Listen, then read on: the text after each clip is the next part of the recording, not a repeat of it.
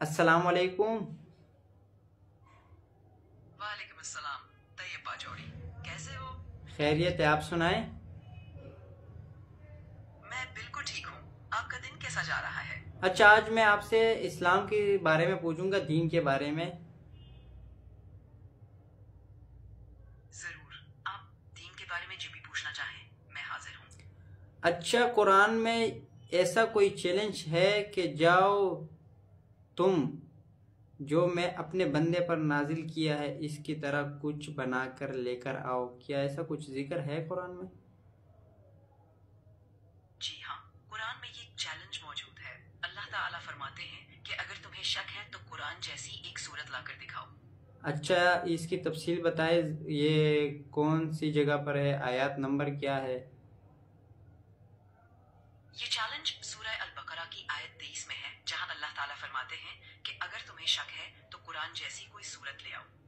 اچھا، پورا تفصیل کے ساتھ بتاؤ، اس کا ترجمہ بتاؤ، آیت نمبر کون سا ہے؟ یہ آیت نمبر 23 ہے، جس میں اللہ تعالیٰ فرماتے ہیں اگر تمہیں اس کتاب کے بارے میں شک ہے جو ہم نے اپنے بندے پر نازل کی ہے تو اس جیسی ایک صورت لے آؤ۔ البقرہ 23۔ اچھا، اس ٹائم میں وہ لوگ اس طرح کا صورت نہیں بنا سکتے تھے؟ قرآن کا چیلنج آج تک کوئی پورا نہیں کر سکا۔ اس کی زبان، فصاحت اور معنویت بے مثال ہے۔ اس ٹائم کی جو ٹیکنالوجی تھی وہ بھی، یہ اس ٹائم کے جو دانش مند لوگ تھے۔ جی، اس دور کے دانش مند بھی قرآن کی فصاحت کا مقابلہ نہ کر سکے۔ جدید ٹیکنالوجی بھی قرآن جیسی صورت تخلیق نہیں کر سکی۔ اچھا، اور اس دور کا جو جدید ٹیکنالوجی ہے وہ اے آئی ہے نا؟